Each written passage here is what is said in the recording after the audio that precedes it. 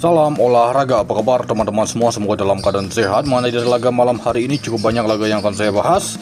Di laga pertama kita pergi ke pertandingan Atletico Bilbao menghadapi Girona ya. Diinformasikan untuk laga ini Bilbao akan menggunakan formasi 4-2-3-1, sedangkan Girona di laga ini diinformasikan akan menggunakan formasi 4-2-3-1 ya. Seperti ini dari susunan pemain. Van Beek masih menjadi gelandang serang untuk Girona.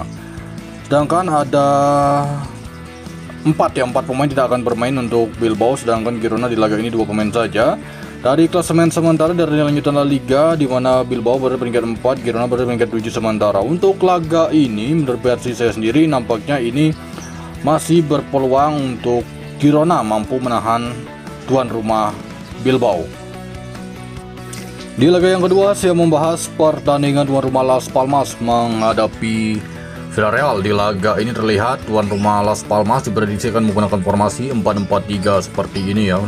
Untuk formasi tuan rumah Las Palmas, sedangkan untuk Villarreal seperti ini menggunakan formasi 4-4-2. Untuk tuan rumah Las Palmas di laga ini terlihat sekitar ada 7 pemain mereka tidak akan bermain, sedangkan untuk Aston Villa ya ada 2 pemain. Klasemen sementara di mana tuan rumah Las Palmas berada di peringkat 15, sedangkan Aston Villa berada di peringkat 5 sementara. Untuk laga ini versi saya sendiri, laga Las Palmas bisa selisih 1 gol ataupun imbang ya.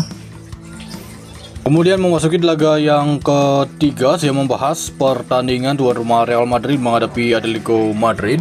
Terlihat di laga ini untuk tuan rumah Real Madrid diinformasikan akan menggunakan formasi 4-3-3 dari susunan pemain seperti ini ya. Dan ini belakang itu ada Asensio karena memang Rudiger mengalami cedera ya, dan Skelmine. Di tengah ada Luka Modric, Bellingham, Valverde. Di depan itu masih Kylian Mbappé, Vinicius Junior dan dibantu oleh Rodrigo ya. Sedangkan untuk Atletico Madrid di laga ini menggunakan formasi 4-4-2. Alvarez duet dengan Griezmann. Nampaknya De Paul akan menjadi starter di laga ini. Oke, seperti ini Real Madrid ada sekitar 5 pemain mereka yang akan absen, sedangkan untuk Atletico Madrid hanya 2 pemain saja. 1 pemain berikutnya yaitu akumulasi kartu kuning ya. Jadi untuk laga ini terlihat dari klasemen sementara Madrid berada di peringkat 1, sedangkan Atletico berada di peringkat 2, hanya selisih 1 poin saja. Jadi untuk laga ini bisa selisih 1 gol ataupun bisa berakhir di skor imbang.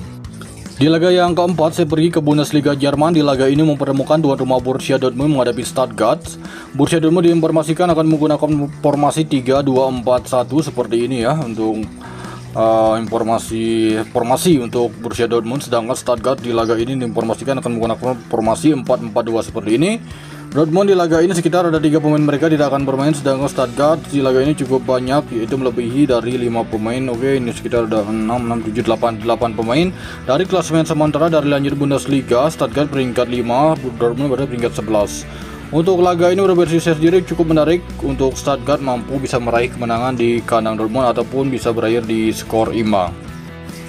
Kemudian memasuki laga yang kelima masih di Bundesliga mempertemukan tuan rumah Wolfsburg menghadapi Bayer Leverkusen.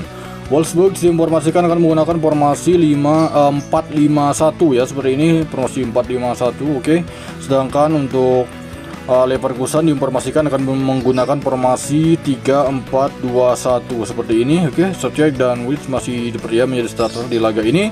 Tuan rumah Wolfsburg di laga ini sekitar ada 6 pemain tidak akan bermain ya, sedangkan Borussia Dortmund Leverkusen ya ini ada 4 pemain. Dari klasemen sementara dari lanjutan Bundesliga Jerman, Leverkusen peringkat 2, sedangkan Wolfsburg peringkat 10. Dari peringkat sementara memang sangat jauh. Jadi untuk laga ini nampaknya akan imbang ya, ataupun Wolfsburg bisa meraih kemenangan di kandang sama JB Leverkusen walaupun sedikit berat ya. Nampaknya mungkin saja karena ini laga cukup menarik untuk kita bahas. Memasuki laga yang ke-6 kita pergi ke FA Cup Inggris ya. Di laga ini mempertemukan tuan rumah Leeds United menghadapi Millwall. Di laga ini Leeds diinformasikan akan menggunakan formasi 4-2-3-1 ya. Trix akan menjadi starter di laga ini. Oke, ini pemain keturunan Indonesia, sedangkan untuk Millwall di laga ini diinformasikan akan menggunakan formasi 4-2-3-1. Oke, seperti ini. Jadi untuk laga ini versi saya sendiri laga ini bisa imbang ya untuk laga Leeds menghadapi Millwall ya.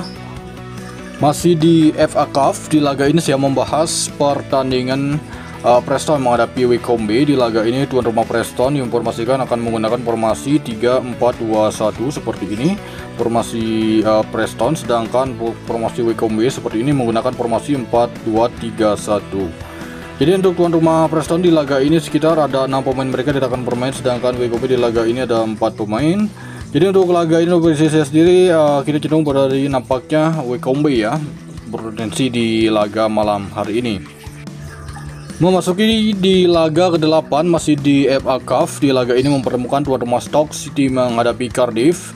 Tuan rumah Stoke City akan menggunakan formasi 4-2-3-1 ya, sedangkan untuk Cardiff di laga ini menggunakan formasi 4-3-3. Untuk tuan rumah Stoke City di laga ini cukup banyak pemain mereka yang akan absen, oke, seperti ini. Sedangkan untuk Cardiff itu ada 4 pemain saja. Jadi untuk laga ini menurut versi saya sendiri dari pengamatan dua tim ini, laga ini Cardiff nampaknya akan memberi kejutan di laga ini ya. Memasuki di laga ke-9, saya membahas pertandingan tuan rumah Birmingham menghadapi Newcastle. Tuan rumah Birmingham diinformasikan akan menggunakan formasi 4-4-2 seperti ini, sedangkan Newcastle di laga ini menggunakan formasi 4-3-3. Nampaknya Newcastle itu banyak merotasi pemain mereka ya. Oke, seperti ini kalian lihat. Jadi untuk laga ini menurut versi saya sendiri, laga ini cenderung selisih 1 gol ataupun 90 menit bisa berakhir di skor imbang. Oke, next selanjutnya kita pergi ke Liga Prancis ya, Liga Ligue 1 ya. Di laga ini mempertemukan tuan rumah Saint Etienne menghadapi Rennes. Di laga ini Saint Etienne diinformasikan akan menggunakan formasi 4-3-3, sedangkan Rennes di laga ini menggunakan formasi 3-4-3 ya. Jadi untuk laga ini ada beberapa pemain yang akan absen. Untuk Saint Etienne ada 5 ya, 5, sedangkan Rennes di laga ini cukup banyak, itu ada 6 ya.